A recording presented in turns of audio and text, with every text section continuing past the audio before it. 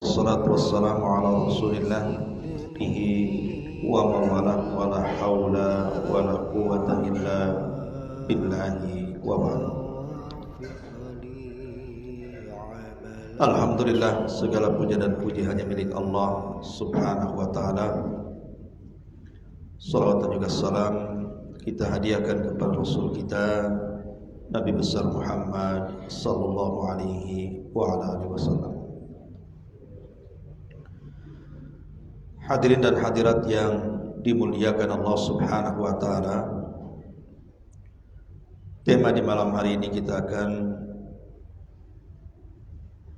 berbicara soal sifat-sifat penduduk neraka dan juga penduduk surga. Ma'asyiral muslimin wal muslimat rahimakumullah. Tujuan hidup manusia di dunia tidak lain kecuali hanya mengejar kehidupan akhirat, tentu bagi orang-orang yang beriman. Karena bagi orang yang beriman, mereka belum merasa kenyang dengan kenikmatan dunia sampai betul-betul kedua kakinya menginjakkan surga. Bahkan kalau hanya satu kaki masuk surga sementara kaki yang lainnya belum di surga, seorang mukmin belum merasa aman. Dan itulah yang dirasakan oleh Abu Bakar Siddiq radhiyallahu anhu. Dia mengatakan, seandainya kaki kananku sudah di sorga sementara kaki kiriku belum masuk, maka aku belum merasa aman sampai dua-duanya masuk. Nah, di sini kita akan membahas siapa mereka penduduk neraka dan siapa mereka penduduk sorga. Kita awali dari penduduk neraka dulu. Di dunia ini ada dua kelompok yang tidak suka kita masuk surga. Di dunia ini ada dua kelompok, mereka tidak suka kita masuk surga. Pertama, kelompok syaitan, tentu dikepalai oleh iblis. Karena Allah subhanahu wa ta'ala mengatakan dalam surah Al-A'raf, Allah subhanahu wa ta'ala mengatakan dalam surah Al-A'raf, tepatnya ayat 27, Allah subhanahu wa ta'ala mengatakan, ya bani Adam la yaftinannakum syaitan kama akhraja abawaikum minal jannah. Wahai anak Adam, janganlah syaitan itu memfitnah kalian sebagaimana syaitan telah berhasil mengeluarkan kedua bapak kalian, Adam dan Hawa. Kemudian Allah subhanahu wa ta'ala ulas dalam surah Toha ayat 117-nya, faqulna ya Adam inna hadha aduwwun lak wa li zawjika fala yukhrijannakuma minal jannati fatashqa. Kami katakan, wahai Adam, sesungguhnya ini maksudnya iblis adalah musuh dan musuh istri, maka jangan sampai dia mengeluarkan kalian berdua dari sorga, maka engkau akan celaka.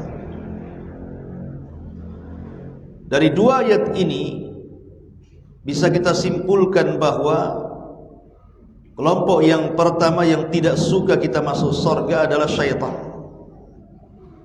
iblis dan bala tentaranya laknatullah alaihim. Mereka tidak suka kita masuk surga, maunya mereka kita masuk neraka.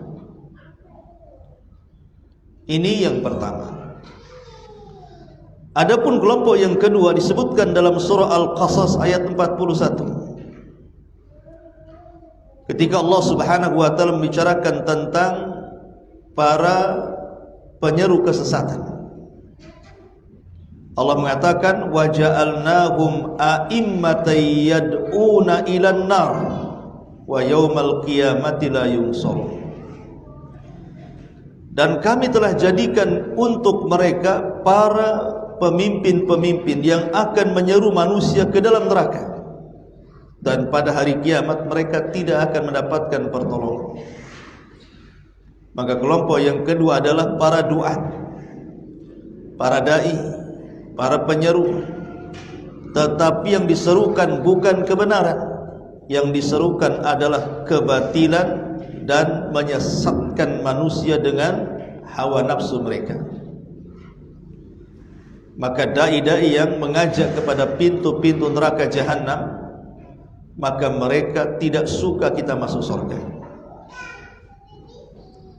Dan sekarang banyak para penyeru kesesatan itu, seperti kita lihat para kelompok liberal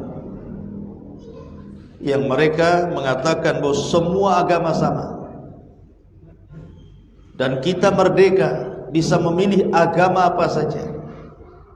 Padahal Allah Subhanahu wa taala sudah mengatakan inna dina indallahil Islam. Agama yang paling diridhoi Allah hanyalah Islam. Wa man yabtaghi ghairal islami dinan falan yuqbala minhu wa huwa fil akhirati minal khasirin. Siapapun yang mencari agama di luar daripada Islam, selain ditolak, rugi dia. Maka inilah dua kelompok tidak suka kita ini masuk ke dalam surga. Maunya dua kelompok ini kita masuk neraka. Karena manusia itu terbagi menjadi dua kelompok di akhirat, tidak ada yang ketiganya. Imma manusia digolongkan kepada kelompok dan mereka mengarah ke surga, atau kelompok yang mengarah ke neraka. Dan itu banyak disebutkan dalam Al-Quranul Karim, seperti Allah mengatakan dalam surah Al-Hasyr ayat 20, la yastawi ashabun nari wa ashabul jannah, ashabul jannati humul faizun. Tidak sama penduduk neraka dengan penduduk surga itu, karena penduduk surga itulah mereka orang-orang yang mendapatkan keberuntungan. Ma'asyiral muslimin wal muslimat rahimani wa rahimakumullah. Tentu penduduk neraka juga terbagi menjadi dua pembahasan. Ada orang-orang yang secara ta'yin, perorangan individu, itu disebut namanya, dan kalau sudah disebut nama dipastikan masuk neraka. Tetapi kelompok yang kedua tidak disebut nama secara individu, tetapi disebutkan sifat-sifatnya. Adapun yang disebut nama secara individu, siapa mereka? Disebutkan oleh para ulama, orang-orang yang secara individu disebutkan bahwa mereka dipastikan masuk neraka. Pertama adalah iblis. Karena iblis sendiri yang bicara tentang dirinya sendiri. Ketika dia melihat ada orang yang sedang sujud tilawah, antum membaca Quran kemudian melewati 14 tempat dalam Quran, kalau dibaca kita disyariatkan sujud tilawah. Jadi apabila iblis melihat orang yang sedang sujud tilawah itu, maka iblis sakit hatinya dan mengatakan, hamba ini diperintahkan Allah untuk sujud, dia pun sujud, maka dia dapat surga. Tapi dahulu aku diperintahkan sujud, aku pun enggan sujud, faliyan nar, maka untukku neraka. Jadi iblis sendiri yang ngomong bahwa dia pasti masuk neraka. Ma'asyiral muslimin yang dimuliakan Allah Azza wa Jalla. Kemudian yang kedua yang disebut namanya adalah Fir'aun dan juga kaumnya, sebagaimana disebutkan dalam surah Hud ayat 98. Kemudian yang ketiga, Imra'atu Nuh wa Imra'atu Lut, istrinya Nabi Nuh dan istrinya Nabi Lut. Secara tegas Allah Subhanahu wa taala berfirman di dalam surah At-Tahrim ayat 10, wa dharaballahu mathalan lilladzina kafaru imra'ata nuhin wa imra'ata lut kanata tahta abdaini min ibadina salihaini fa khanatahuma falam yughni anhuma minallahi syai'a wa qila dkhulan nara ma'ad dakhilin. Allah telah mempermisalkan untuk orang-orang kafir dua wanita, satu istri Lut dan satunya istri Nuh, padahal dua-duanya berada di bawah hamba kami yang saleh, tapi keduanya berkhianat, dan keberadaan dua nabi yang mengasuhnya atau yang ada di sampingnya tidak bermanfaat bagi keduanya di sisi Allah Subhanahu wa taala. Dan Allah katakan waqilat khulan nara, maka masuklah kalian berdua ke dalam neraka ma'ad dakhilin, bersama orang-orang yang masuk di dalamnya. Lihat, Allah Subhanahu wa taala secara khusus menyebutkan siapa? Istri Nuh dan istri Lut. Apa dosa istri kedua nabi ini? Dan apa pengkhianatan keduanya? Tentu kita tidak mungkin memahami keduanya selingkuh, tidak. Istri Nabi tidak mungkin selingkuh, Nabi manapun. Tapi pengkhianatan keduanya adalah bicara soal risalah. Jadi istri Nuh itu, kalau Nuh mendapatkan wahyu dari Allah, maka yang pertama mengatakan gila kepada suaminya itu istrinya sebelum kaumnya. Harusnya kan istrinya yang pertama beriman kan. Ini tidak, yang pertama menentang istrinya mana sebelum kaumnya menentang. Kemudian istrinya Lut bekerja sama dengan preman pasar. Jadi kalau ada tamu laki-laki datang ke rumah Lut, dia cemburu seolah-olah Lut itu melakukan homo sama dengan kaum Lut yang lainnya. Maka dia pun kemudian meletakkan kayu bakar, kemudian menghidupkan kayu itu, kemudian asapnya ngepul ke langit. Nanti asap itu sebagai sinyal, datanglah orang-orang jahat pasar, datang ke rumah Lut, kemudian menculik laki-laki yang sebagai tamu Lut, kemudian diperkosa dan dibunuh. Itulah pengkhianatan dua wanita yang jahat ini, padahal dua-duanya istri Nabi dia. Menunjukkan apa? Hidayah itu milik Allah, bukan milik kita. Sekelas Nuh dan Lut saja tidak mampu menarik kedua istrinya. Ini yang ketiga. Yang keempat, Abu Lahab dan juga istrinya. Bahkan diturunkan satu surat yang sangat pendek, bayangkan. Surat ini tidak diselipkan dalam surah Al-Baqarah atau diselipkan dalam surah Ali Imran. Nanti sedikit yang baca, karena jarang orang baca Al-Baqarah, Al-Imran itu. Tetapi surat ini disendirikan menjadi surat paling pendek dalam Quran, sehingga anak kecil pun baca, terutama Pak Imam, masih itu aja yang dibaca.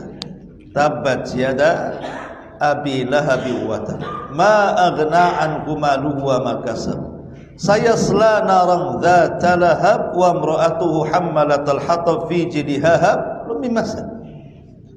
Celaka kedua tangan Abi Lahab dan celaka. Abi Lahab ini bukan nama asli. Nama aslinya Abdul Uzza. Abu Lahab ini kunyah, karena gantengnya maka disebut Lahab, cahaya yang memancar dari api. Tapi orang ganteng sesat percuma juga. Jadi Allah mengatakan, kenapa Allah kemudian tidak menyebut nama aslinya, malah kunyahnya?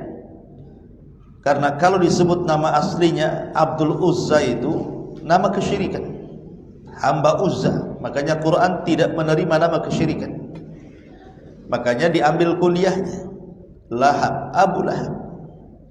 Dan untuk menjadi ibrah, kalau Quran menyebut nama aslinya dengan meninggalnya Abu Lahab, selesailah kisahnya sampai di situ. Tapi ketika dengan menyebut kunyah gelarnya, tidak menyebut namanya, artinya Abu Lahab itu tidak satu, tetapi akan muncul Abu Lahab yang lainnya sampai hari ini, bahkan sampai kiamat dibangkitkan. Akan muncul banyak Abu Lahab, orang-orang yang menentang agama. Tabbat yada abi lahabi wa tab ma'ad aghna anhu maluhu wa ma kasab. Tidak akan manfaat bagi dia anak dan seluruh daya usaha dia dan kekayaannya. Karena Abu Lahab itu kan sesumbar di hadapan orang-orang. Kalau yang dikatakan si Muhammad itu benar, enggak ada masalah, kata Abu Lahab. Bahwa saya akan masuk neraka yang menyala-nyala, katanya. Aku ini banyak anaknya, anakku sukses semua, aku banyak hartanya, dan aku bisa sogok tuh malaikat-malaikat penjaga neraka itu. Coba, dia mau nyogok malaikat, Abu Lahab. Maka Allah bantah, ma aghna anhu maluhu wa ma kasab. Enggak ada gunanya di akhirat tuh keturunan dan hartamu, hei Abu Lahab. Bahkan tidak ada pun hartamu yang dibawa ke sana, mau nyogok pakai apa? Hartamu ditinggal di dunia dan anakmu akan terpisah di akhirat. Bahkan saya selana rong zata lahab, engkau akan masuk ke dalam neraka yang menyala-nyala. Wa mra'atuhu, begitu juga istrinya, Ummu Jamil, Arwa bintu Harbin, hammalatal hatab, yang suka membawa kayu bakar kemana-mana. Bukan berarti istri Abu Lahab tukang kayu, tidak. Maksudnya membawa kayu bakar itu karena suka mengadu domba. Zaman sekarang ini suka menyebarkan hoax, jadi netizen jahat, ya. Suka nyebar-nyebarkan hoax tentang Nabi, ya. Dan banyak pula pengikut mak-mak seperti dia itu, karena dia sampai menjual perhiasannya, bahkan kalungnya pun dicopot dan dijual untuk menandai penyebaran hoax itu. Jadi kumpulkan mak-mak sezaman dia, kemudian disebar, dikasih upah. Taulah kalau mak-mak sudah ngomong, gongnya itu cepat itu dibandingkan bapak-bapak yang ngomong, kan, ya. Kemudian fi jidha hablum mim masad, di lehernya akan dikalungkan sabut api. Kenapa? Karena dia sudah mencabut perhiasan di lehernya untuk menyebarkan hoax, sebagai mendanai. Makanya al jaza min jinsil amal, balasan disesuaikan dengan amalannya. Maka kalung yang dijual untuk mendanai dalam rangka mengadu domba Nabi itu akan menjadi sabut kelapa dan akan menempel di lehernya dan akan terbakar di neraka.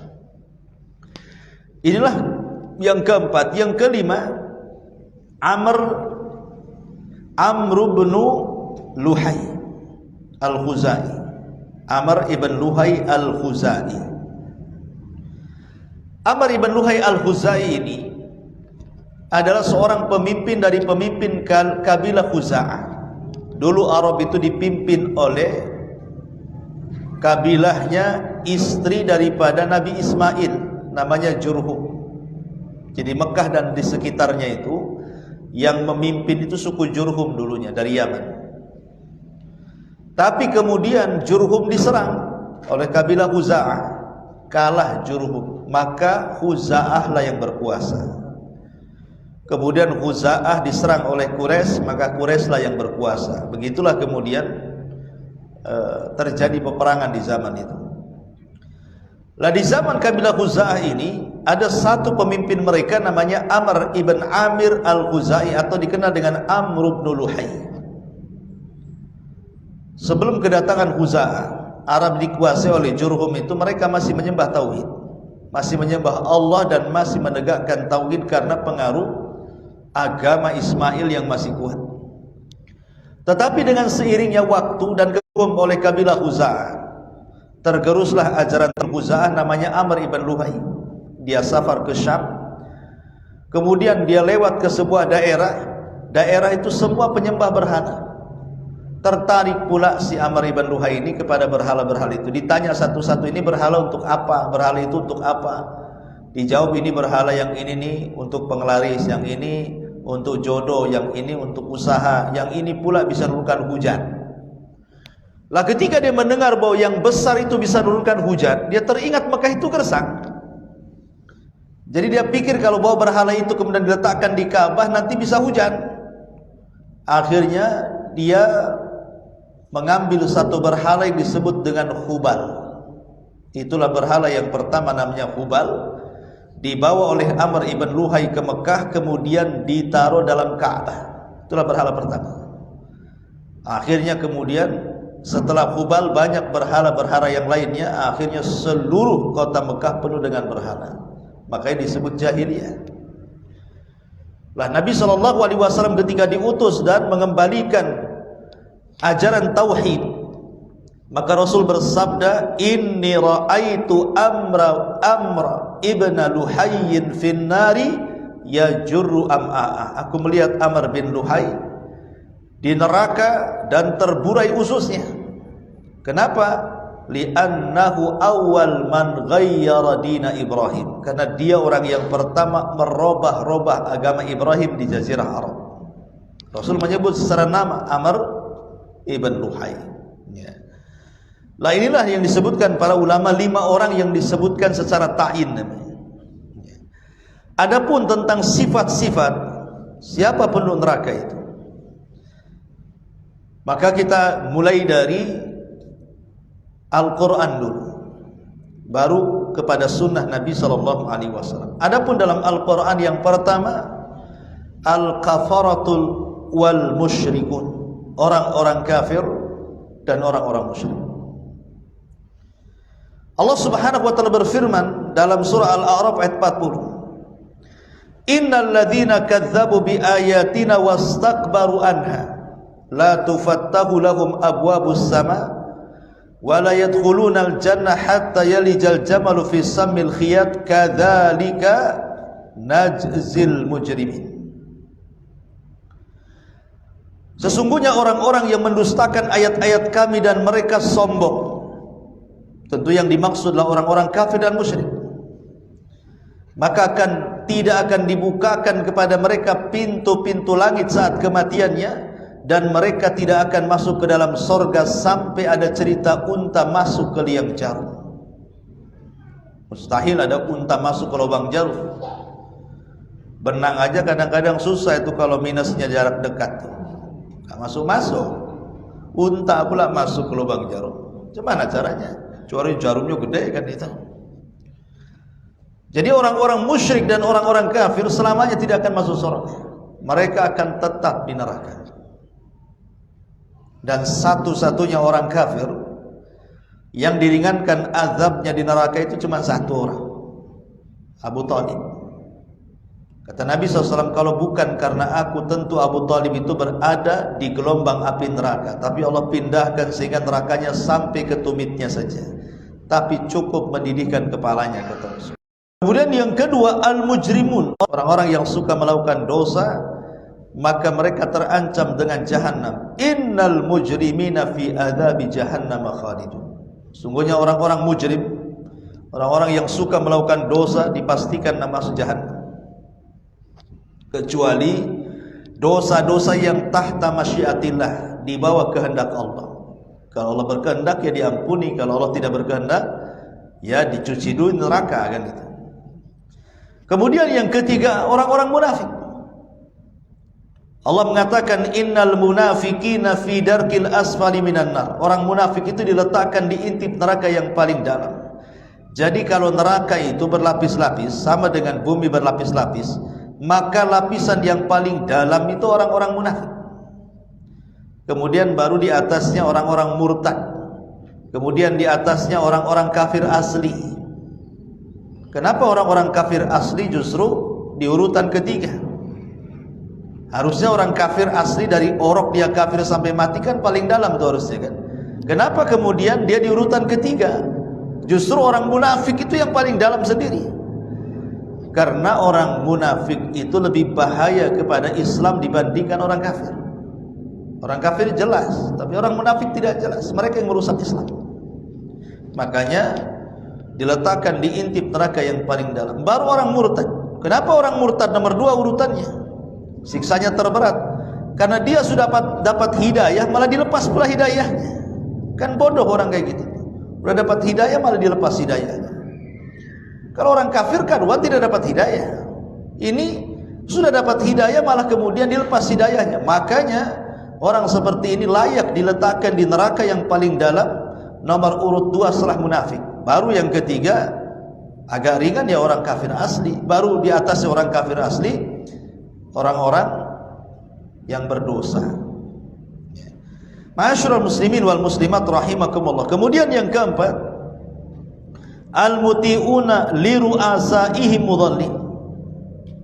Para pengikut kepada orang-orang yang menyesatkan mereka.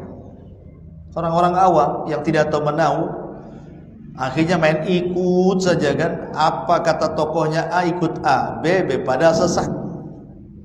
Makanya negeri kita ini aneh, sering saya katakan likulli sakitin lakit. Orang Arab mengatakan setiap yang jatuh itu pasti ada yang mungut. Maknanya setiap ajaran sesat ada saja pengikutnya.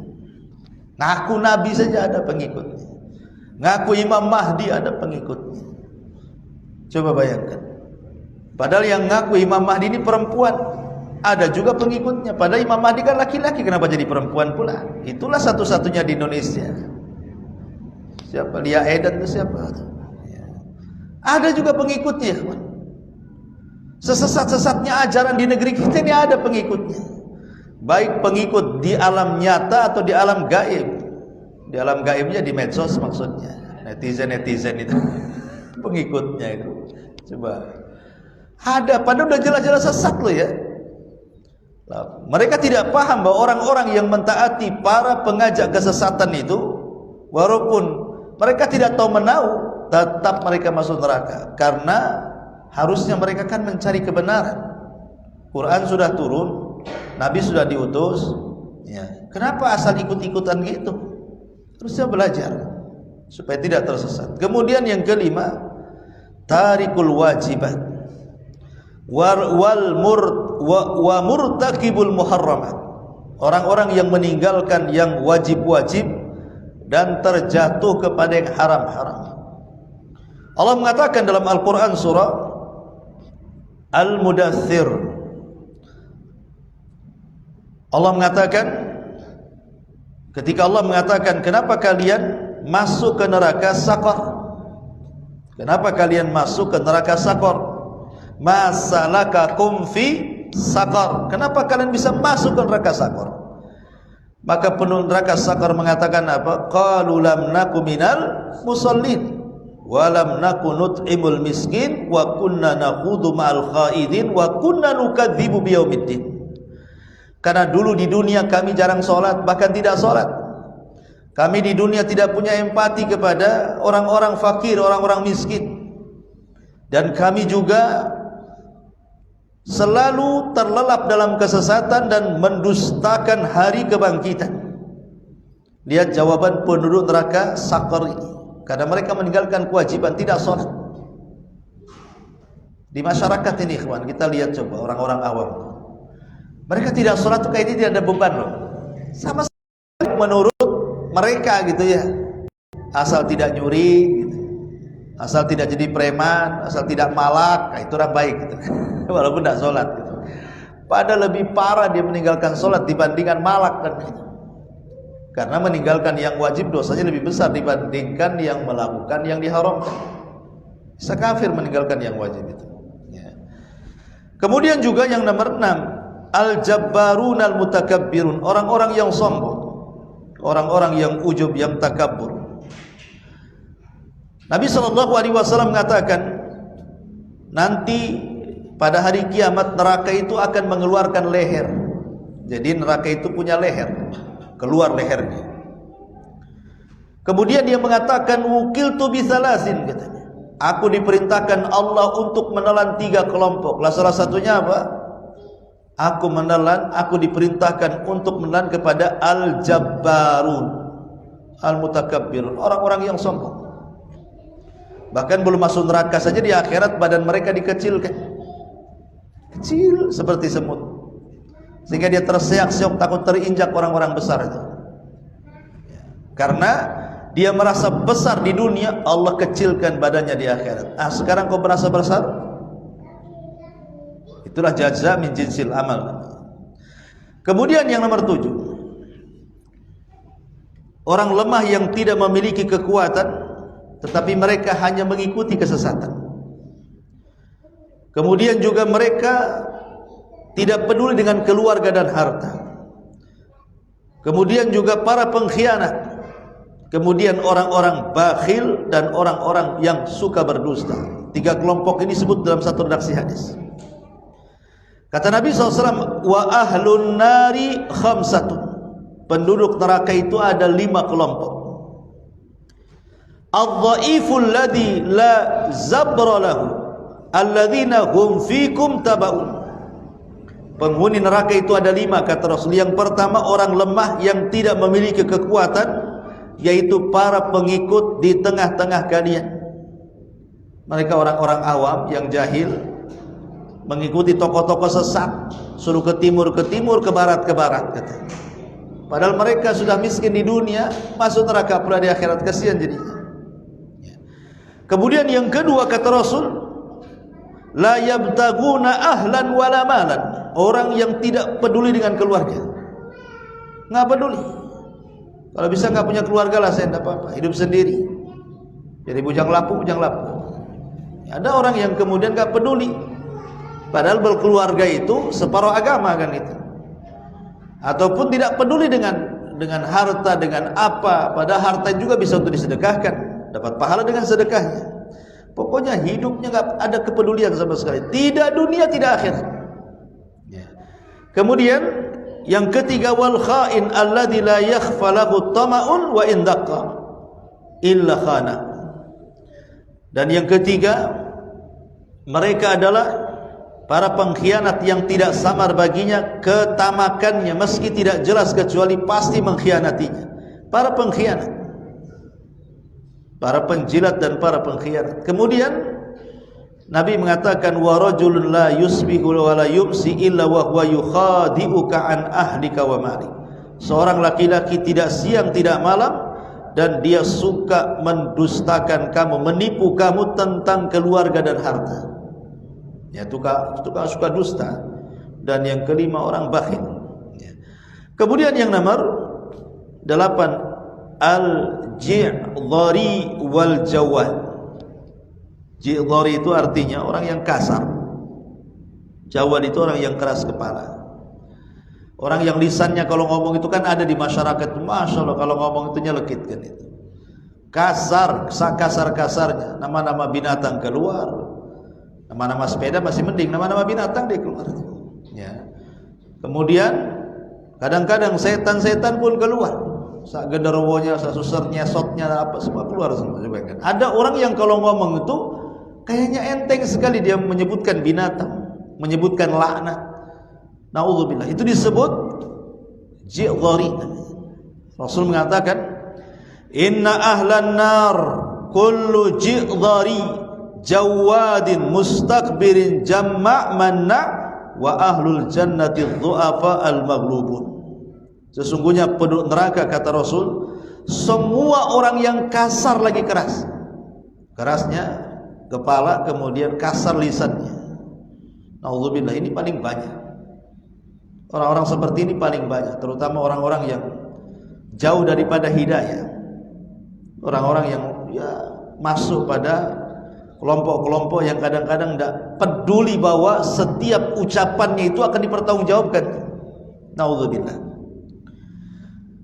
Kata Nabi SAW, sungguhnya semua orang yang keras dan kasar, orang yang menyombong-nyombongkan, dan orang yang banyak mengumpulkan harta serta bakhil. Adapun penduduk sorga, mereka adalah orang-orang yang lemah lagi terkalahkan. Kemudian yang nomor 9, al-mu'taduna alal akharin wal mutabarrijat. Orang-orang yang suka melakukan kezaliman kepada orang, dan para wanita yang suka tabarruj. Nabi mengatakan, sinfani min ummati lam arahuma. Ada 2 kelompok kata Rasul, aku tidak pernah melihat. Artinya di zaman Nabi tidak ada 2 kelompok ini, adanya di zaman sekarang. Dan itu nubuah. Rasul bicara 14 abad yang silam, sekarang jadi kenyataan. Kata Nabi SAW, yang pertama, kaumun ma'ahum siyatun mith adnabil baqar yadribuna bihan nas.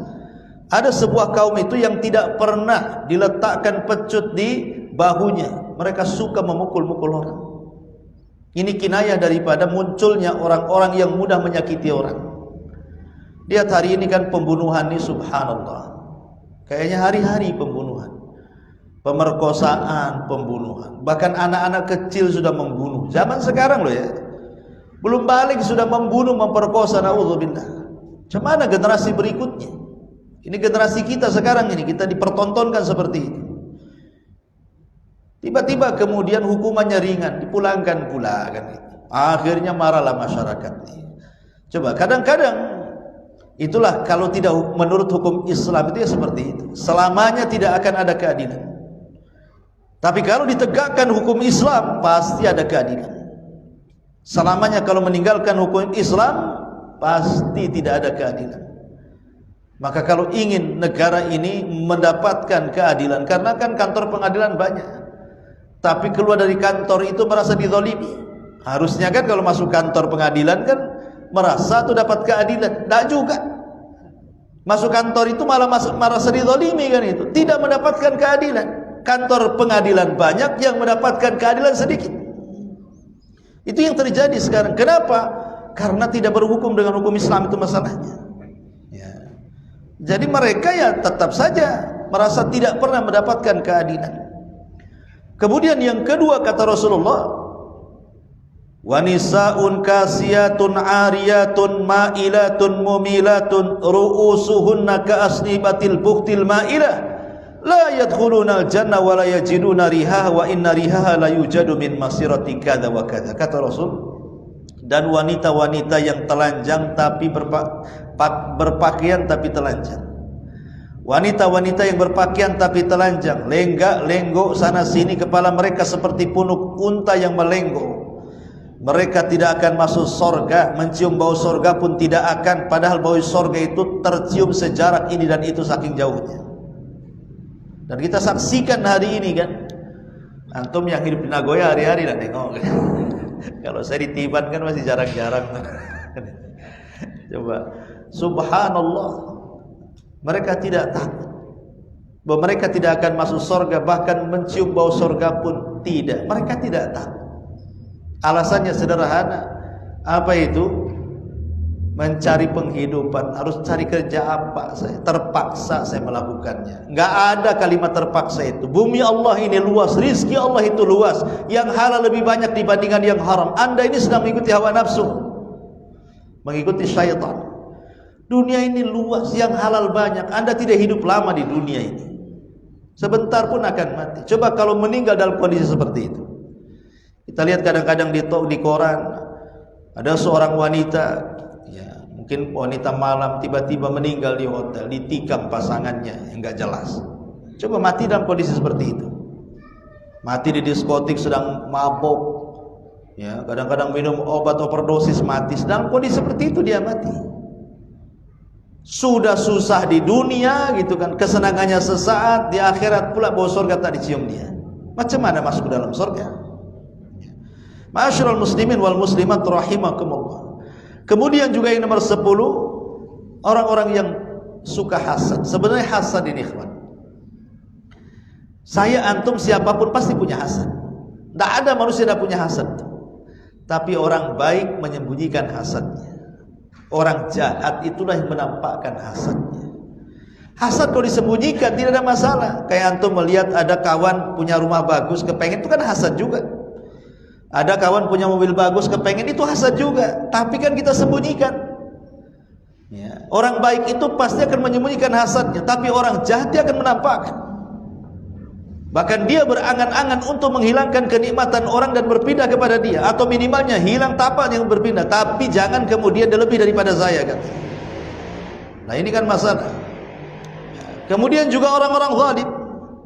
Kemudian para qati'ir rahim, orang yang memutus silaturahim. Kemudian juga al-ya'isina min rauhillah, orang-orang yang putus asa daripada rahmat Allah. Ada orang itu di dunia karena sudah banyak dosa, mau taubat itu malas, takutnya Allah tak menerima taubatnya, akhirnya diputus asa. Padahal putus asa itu lebih besar dosanya dibandingkan dosanya sendiri. Kenapa? Karena putus asa itulah yang menghalangi orang taubat. Orang sudah mau tobat, gara-gara putus asa tak jadi. Makanya kenapa putus asa itu lebih besar dosanya dibandingkan dosa yang dilakukannya. Kemudian juga al-mustahzi'ina billahi wa bi rasulihi wa bi ayatihi wa ghairihi. dan orang-orang yang suka mengolok-olok, mencela agama, mencela Nabi, mencela ayat, mencela Allah. Dan sekarang makin marak yang seperti ini, ikhwan. Subhanallah, coba. Mulai yang viral kemarin masalah jilbab dipermasalahkan. Apa salahnya jilbab? Itu kan perintah Allah dan Rasulnya. Jilbab itu bukan perintah orang tua, perintah Allah. Perintah Rasul kalah dengan konstitusi. Coba ya, kalah dengan undang-undang. Setelah diprotes, baru kemudian minta maaf. Kalau nggak diprotes, tetap jalan tuh peraturan tuh. Nah ini kan masalah-masalah yang seperti ini kan masalah-masalah riskan. Allah mengatakan dzalika bi annahum karihu ma anzalallahu fa ahbatallahu a'malahum. Ketika mereka membenci apa yang Allah turunkan, Allah leburkan semua amalnya. Allah hilangkan semua amalnya. Karena itu kekufuran. Kalau sudah kemudian mengolok-olok Allah, mengolok-olok ajarannya, ayat-ayatnya, Rasulnya, itu kekufuran. Dan itu kekufuran yang nampak di negeri kita ini semakin hari. Ada saja yang melecehkan Islam. Ada saja. Ya. Contoh umpamanya, ya kita juga mengkritik sedikitlah soal kebijakan pemerintah ini kadang-kadang. Contoh umpamanya ketika kemarin ada pemimpin Nasrani datang ke Indonesia. Mereka sudah punya tempat. Kenapa pakai tempat kita? Kan itu kan. Ini kan melukai hati kaum muslimin, ikhwan. Semana pula seperti itu. Padahal Allah sudah tegas mengatakan lakum dinukum waliyadin. Kurang apa Allah mengatakan? Sudahlah agama kamu. Kami enggak maksa agamamu kok. Karena Islam mengatakan la ikraha fid din, tidak boleh ada paksaan dalam agama. Ya sudah, yakini keyakinanmu, kami meyakini keyakinan kami. Kenapa mesti memaksakan keyakinan kita? Tidak boleh azan, harus ada pakai reading text atau apa istilahnya. Kalau tidak ada kritikan ya mungkin akan begitu kan. Semua siaran mungkin boleh jadi dilarang kan itu. Nah ini kenapa mayoritas kok kalah dengan minoritas pula? Ya, shadaqah Rasulullah. Ketika Nabi SAW mengatakan nanti di akhir zaman umat Islam itu diibaratkan nampan penuh dengan makanan dikeroyok orang lapar. Kata para sahabat Rasul, apakah kami sedikit pada waktu itu? Kenapa diperebutkan? Maka Rasul mengatakan, bal antum yauma idzin katsirun. Kalian itu banyak, tetapi keberadaan kalian itu lemah karena Allah telah cabut rasa takut di hati musuh kalian dan Allah letakkan kehinaan di hati kalian. Jadi dulunya orang kafir takut sama kita, dicabut rasa takutnya. Dulunya kita ini jaya, dicabut kejayaannya. Kemudian para sahabat mengatakan, apa penyebabnya wahai Rasul? Maka Nabi SAW penyebabnya dua. Dan itu terlahir dari penyakit lemah yang disebut dengan wahn. Hubbud dunya wa karahiyatul maut. Terlampau cinta dengan dunia dan takut dengan kematian. Ma'asyiral muslimin wal muslimat rahimani wa rahimakumullah. Ini diantara sifat-sifat penduduk neraka dan banyak lagi ya. Karena waktu juga kita masuk kepada siapa penduduk surga. Sebagaimana penduduk neraka, penduduk surga pun terbagi menjadi dua. Ada yang disebutkan secara ta'yin, individu. Ada hanya disebutkan sifat-sifatnya saja. Adapun secara ta'yin individu, seperti ketika Rasul bicara tentang al-asyaratu al-mubashiruna bil jannah, 10 sahabat yang dijanjikan masuk surga itu disebut namanya. Abu Bakar, Umar, Uthman, Ali, Talha, Zubair, Sa'ad bin Abi Waqqas, Abdurrahman ibn Auf, Said ibn Zaid, Abu Ubaidah ibn Amir ibn Jarrah. Itu 10 sahabat yang dijanjikan masuk surga. Bukan berarti 10 ini saja, tidak. Banyak para sahabat yang juga disebut secara lisan oleh Nabi SAW mereka masuk surga. Seperti umpamanya seorang pemimpin Yahudi Madinah yang masuk Islam, satu-satunya yang masuk Islam, namanya Abdullah ibn Salam. Itu satu-satunya tokoh Yahudi yang masuk Islam. Kata Nabi SAW, Abdullah ibn Salam masuk surga. Ya, disebut langsung. Atau Ukasa ibn Mihsan. Ketika Rasul menyebutkan 70.000 sahabat yang masuk surga tanpa hisab dan adab, apa kata Ukasa bin Mihsan sambil berdiri? Rasul, doakan aku ya, aku termasuk 70.000 itu ya. Kata Rasul, anta minhum, engkau termasuk mereka. Tiba-tiba yang lain juga ingin ikut-ikutan, wahai Rasul, saya juga, wahai Rasul. Kata Rasul, sabaqakum biha Ukasha, tidak bisa. Ukasha sudah mendahului kalian, katanya. Ini disebut namanya Ukasha ibn Mihsan. Kemudian Thabit ibn Qais al-Musyammas. Thabit ibn Qais al-Musyammas ini kan juru bicara Nabi, jubir. Ya, kalau ngomong lantang, namanya jubir kan harus lantang. Sehingga ketika dia berpidato di hadapan para delegasi luar itu, suaranya lantang, sementara suara Rasul agak lirih. Turun ayat. Sebenarnya ayat ini bukan ditujukan kepada Thabit ibn Qais, tidak. Tapi ayat ini mencela orang-orang yang mengangkat suara mereka di atas suara Nabi. La tarfa'u aswatakum fawqa sautin Nabi. Janganlah kalian mengangkat suara kalian di atas suara Nabi. Jadi seolah-olah Thabit itu jangan-jangan ayat itu menuju dirinya. Makanya habis itu dia tidak mau hadir di majelis Nabi, asik sembunyi di rumahnya, menangis setiap hari. Jadi Rasul kehilangan, mana Thabit? Kok tidak nampak di majelis? Mana? Ya, kehilangan. Ya. Mana Thabit, kata Rasul? Jadi Rasul itu merasa kehilangan. Ya. Ma'asyiral muslimin yang dimuliakan Allah Azza wa Jalla. Maka sahabat mengatakan, Rasul Thabit, dia tidak mau keluar rumah, dia menangis setiap hari. Kata Rasul, selidiki apa yang membuat dia menangis setiap hari. Kata Thabit kepada sahabat yang diutus, bilang sama Rasul, aku sudah hampir putus asa karena amalanku habis gugur karena suaraku telah mendahului suara Nabiku. Suaraku lebih tinggi dibandingkan suara Nabiku, habislah amalanku, katanya. Kemudian sampailah perkara itu kepada Rasul. Kata Rasul, bilang sama Thabit, tidak, ayat itu tidak tertuju kepada dia, bahkan dia termasuk penduduk surga. Thabit ibn Qais al-Musyammas, orangnya kecil, hitam, ya nggak ganteng orangnya. Tapi penduduk surga kan nggak milih-milih, mau ganteng pun masuk neraka juga kan. Tapi dia punya istri cantik, secantik-cantiknya. Biasalah orang ganteng itu istrinya jelek ya. Kalau orang jelek pula istrinya cantik. Ya kan kadang-kadang ditukar-tukar ya. Atau yang ganteng-ganteng pasti istrinya jelek. Yang jelek-jelek, oh ini istrinya antum cantik. Jadi istrinya ini kalau melihat Thabit jalan sama kawan-kawannya, kok jelek sendiri? Kok suami saya jelek sendiri, hitam sendiri gitu. Jadi mulailah cintanya itu luntur karena suka membanding-bandingkan. Akhirnya dia menghayal pengen pisah dengan Thabit, kemudian pengen punya suami yang ganteng-ganteng. Itu pikiran dia. Akhirnya dia datang kepada Rasul, aku ini tidak mencela agama Thabit. Oh, kalau sholatnya nomor 1, ibadahnya nomor 1, tapi masalahnya aku takut kufur dengan dia karena sudah hilang rasa cinta. Itulah hati-hati para ibu di atasnya, jangan membanding-bandingkan suami dengan suami tetangga. Ya. Jadi kayak istrinya Thabit ini jadinya. Jadi kata Rasul, mau apa? Kata istrinya Thabit, gini aja lah Rasul, aku mau cerai sama Thabit.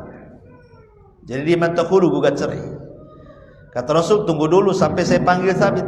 Maka Thabit ibn Qais al-Musyammas dipanggil, wahai Thabit, istrimu minta cerai gimana? Oh nggak bisa. Tapi istrimu maksa, nggak mau. Ya. Tapi Rasulullah SAW juga tetap memutuskan cerai dengan syarat istrinya Thabit harus mengembalikan maharnya. Maharnya Thabit tak tanggung-tanggung, hektaran kebun kurma. Ya, mau kamu kembalikan kebunnya Thabit? Ya kalau antum kadang mahar 100.000 aja gampang dibalikin. Nih bang, ambil 100.000 aja kan.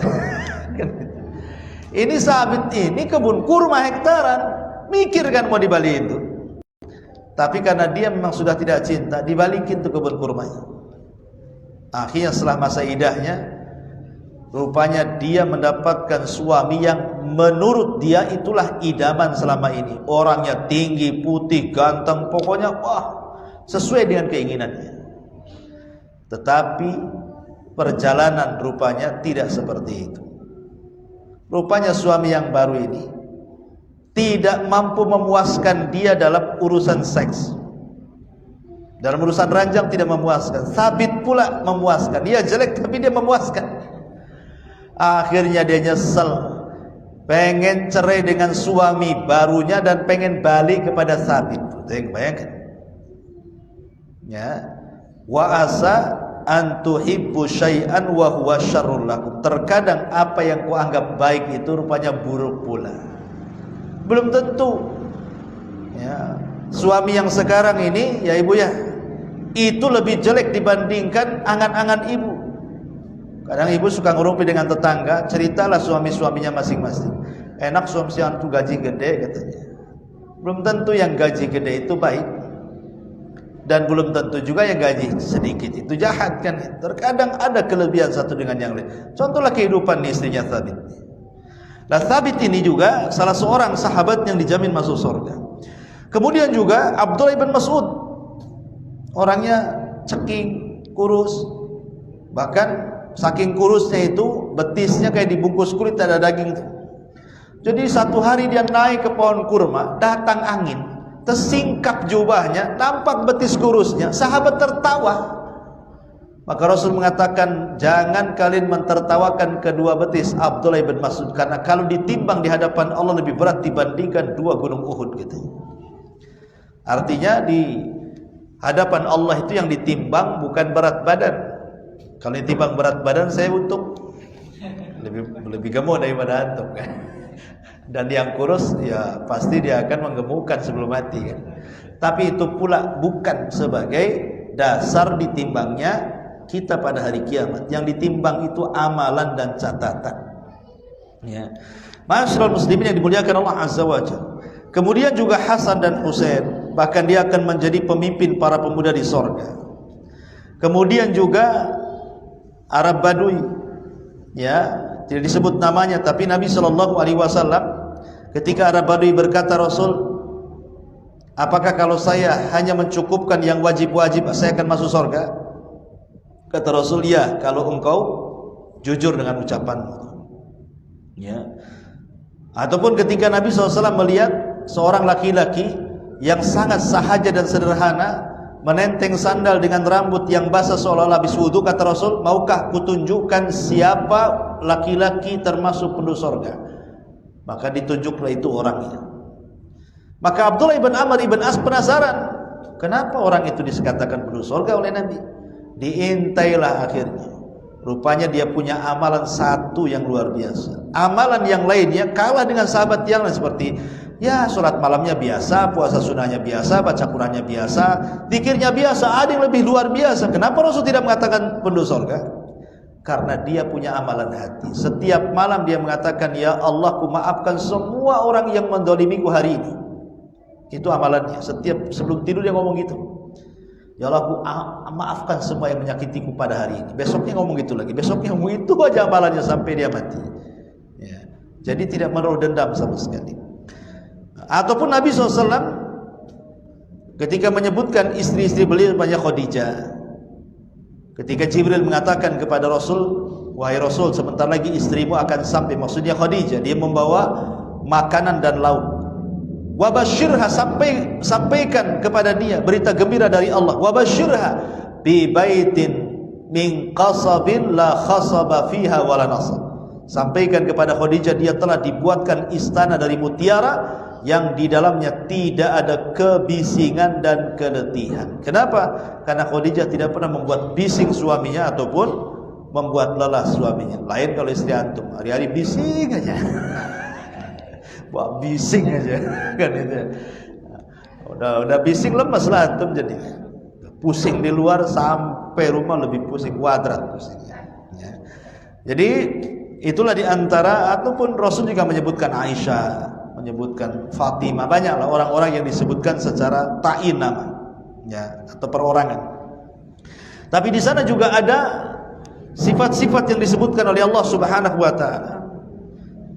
Pertama dari Al-Qur'an, mereka adalah orang-orang yang beriman kemudian mengamalkan amal kesolehan.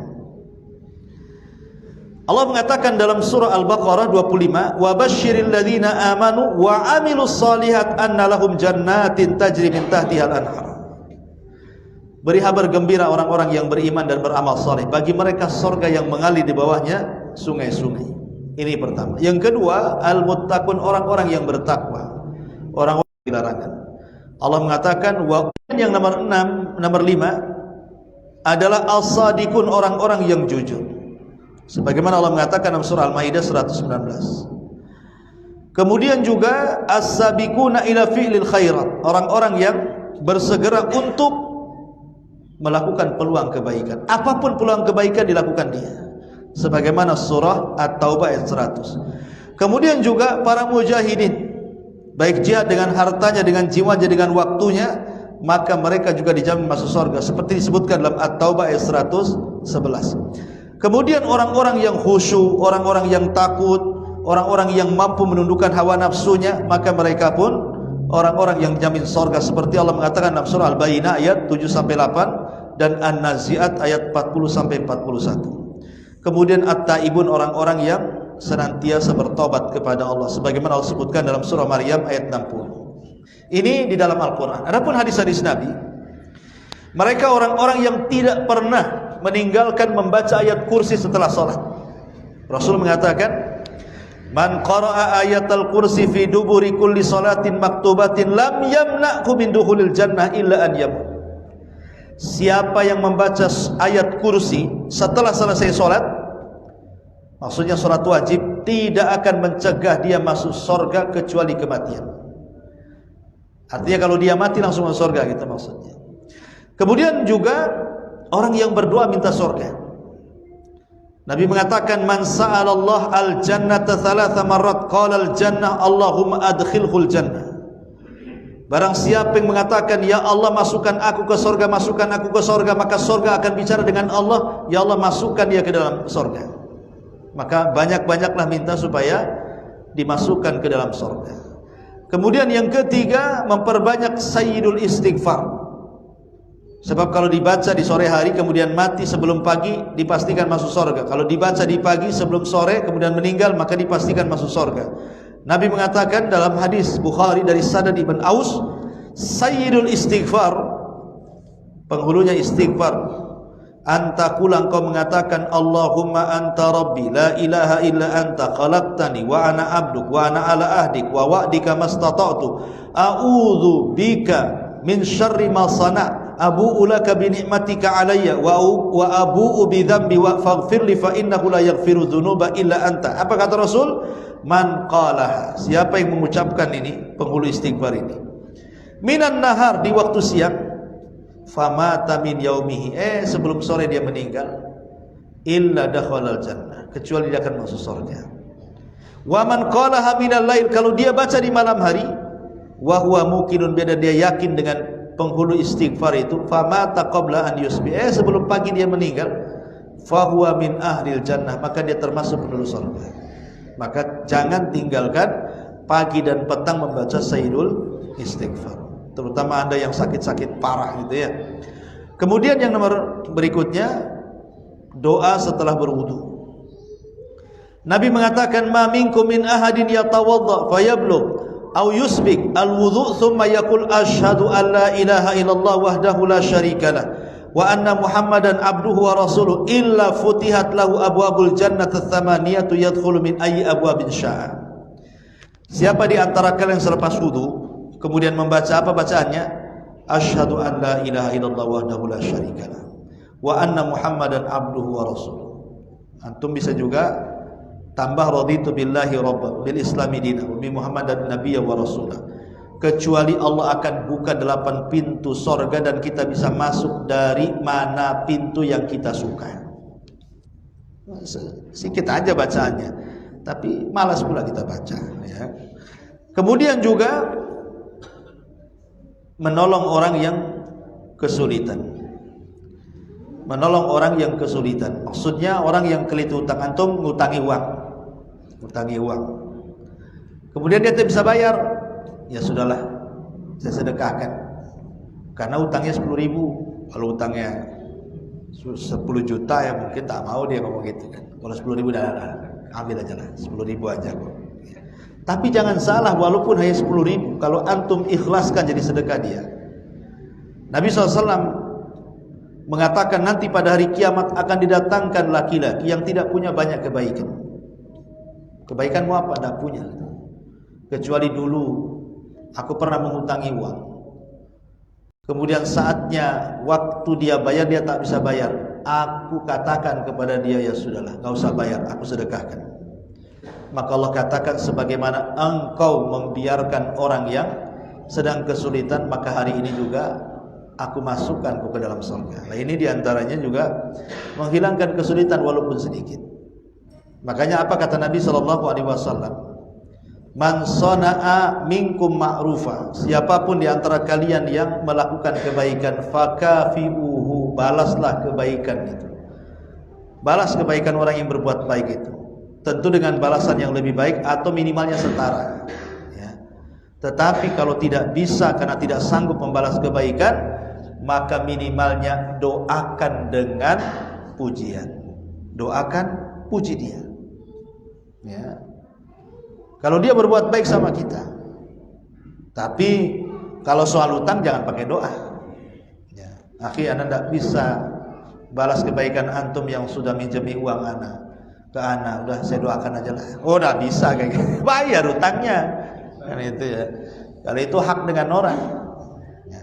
Jadi ini harus dipahami. Kemudian juga yang paling rendah juga imatatul adza anit thariq. Kalau antum jalan-jalan di mana nampak ada yang membahayakan kaum muslimin, entah duri, entah jarum, entah paku, entah beling, entah apa, entah batu, singkirkan. Itu memang kecil amalannya. Tapi Nabi SAW melihat ada orang di sorga itu berpindah-pindah tingkatannya, seolah-olah dia banyak amal solehnya. Ketika ditanya Rasul, kok bisa orang itu berpindah-pindah tingkatan di sorga? Iya, karena di dunia dia suka menebang ranting pohon yang mengganggu orang jalan, ya. Itu aja kerjaan dia. Ustaz, tidak bisa di kota Batam ini udah ada itu petugasnya. Kalau kita main tebang-tebang kita boleh ditangkap. gitu. Ya jangan nebang pohon lah. Ya, antum cari jarum-jarum aja di jalan-jalan itu, takut kena ban orang. Ya. Kemudian juga az-zikir. Banyak berzikir kepada Allah Subhanahu wa taala. Zikir ini amalan luar biasa karena dia tanpa harus ada tempat, tanpa ditentukan dengan waktu. Bisa dilakukan anak kecil, orang dewasa, orang tua, orang sakit, orang sehat, orang safar, orang mukim, orang di darat, orang di lautan, semua bisa melakukannya zikir ini. Tapi luar biasa. Rasul mengatakan, maukah kutunjukkan kepada kalian amalan terbaik? Lebih baik dibandingkan emas dan perak dalam berinfak. Lebih baik dibandingkan jihad di jalan Allah. Bisa membersihkan dan mengangkat derajat. Sahabat mengatakan, amal itu apa wahai Rasul? Kok sampai melebihi 5 kebaikan? Kata Rasul, zikrullah, berzikir. Ya. Kemudian juga diantaranya adalah qaulu la ilaha illallah, ucapan tauhid la ilaha illallah. Ketika di akhir hayat dia, kata Rasul, man kana akhiru kalamihi la ilaha illallah dakhalal jannah. Barang siapa yang akhir ucapannya kalimat la ilaha illallah, dipastikan dia masuk surga. Itu tanda-tanda husnul khatimah. Kemudian juga salat sudah jelas. Orang yang menjaga salat maka dipastikan dia masuk surga. Tapi orang yang tidak menjaga salat bukan hanya masuk neraka, nerakanya dikumpulkan dengan Fir'aun, dengan Qarun, dengan Haman dan dengan Ubay ibn Ka'ab, kata Rasul. Orang yang tidak pernah menjaga salat, bahkan tidak salat, nerakanya itu satu dengan neraka Fir'aun, dengan neraka Harun, dengan neraka Qarun, dengan Haman, dengan Ubay bin Ka'ab. Satu neraka dengan mereka, naudzubillah. Ya. Kemudian juga orang yang suka infak, jelas. Ya. Terutama untuk menghidupi keluarga itu lebih afdal lagi. Karena infak kepada orang lain itu kelebihan dari nafkah keluarga. Kalau ada lebih setelah berikan keluarga, ada lebih, itu yang diinfakkan kepada orang. Kalau nggak ada lebih, apa yang mau diinfakkan? Ya. Kemudian husnu tarbiyatil banat. Kalau antum punya anak perempuan, didik mereka dengan baik. Karena merawat anak perempuan itu lebih berat dibandingkan anak laki-laki. Kata Nabi SAW, man kana lahu thalathatu banat, siapa yang punya 3 anak perempuan, kemudian dia berusaha untuk merawatnya dengan baik, mencukupi kehidupannya, menyayanginya, faqad wajabat lahul jannah, maka diwajibkan dia masuk surga. Ya, kemudian juga husnul khuluq, baik akhlak, itu dijelaskan Rasul. Amalan apa yang paling banyak orang masukkan ke dalam surga? Kata Rasul, husnul khuluq, orang yang baik akhlaknya. Dan akhlak itu dalam anggota badan terbagi menjadi 3. Pertama, leher ke atas. Yang kedua, kedua tangan. Yang ketiga, dari kepala sampai kaki. Adapun akhlak dari leher ke atas, ya namanya kepala itu macam-macam isinya. Mata, telinga, lisan, otak, kan itu ya. Kalau ini berakhlak, tidak memandang kecuali yang halal, tidak mendengar kecuali yang boleh, tidak bicara yang kasar-kasar, otaknya juga tidak ngeres, itu berakhlak. Ya. Kemudian mulutnya juga sebelum bicara sudah senyum, ketika keluar juga kata-katanya santun, karena senyum ini mempermanis kata-kata sebenarnya. Sudah santun omongannya, kemudian disertai senyum, apa enggak makin manis tuh? Sudah pamannya kasar ucapannya, matanya pula melotot, apa kayak setan tuh. Ya. Jadi itulah akhlak di kepala tuh. Kemudian kedua, barang kan gitu. Maka kalau bisa kita bicara dengan siapapun, arahkan wajah kita dan anggota badan itu kepada orang yang kita ajak bicara. Ini enggak, dia ngomong sama kita lain arahnya, kita pula ke arah lain pula. Itu enggak berakhlak namanya.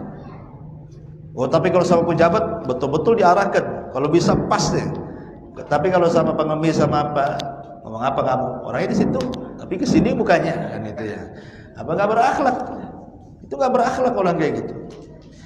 Jadi intinya bahwa husnul khuluq ini juga salah satu hal yang bisa memasukkan orang ke surga. Kemudian syahadatun nas, ya. Menjadi saksi bagi manusia, menjadi saksi kebaikan bagi manusia, bukan saksi keburukan, tidak ya maksudnya. Kemudian juga birrul walidain, silaturahim, dan berpuasa, infak, sedekah, macam-macam lah. Kalau kita mau menguraikan tentang amalan-amalan yang bisa masukkan ke dalam surga. Wallahu a'lam. Inilah pembahasan yang sederhana, mudah-mudahan ada manfaatnya. Subhanaka wa bihamdika, asyhadu an la ilaha illa anta, astaghfiruka wa atubu ilaik. Allahu ta'ala alam. Assalamualaikum warahmatullahi wabarakatuh.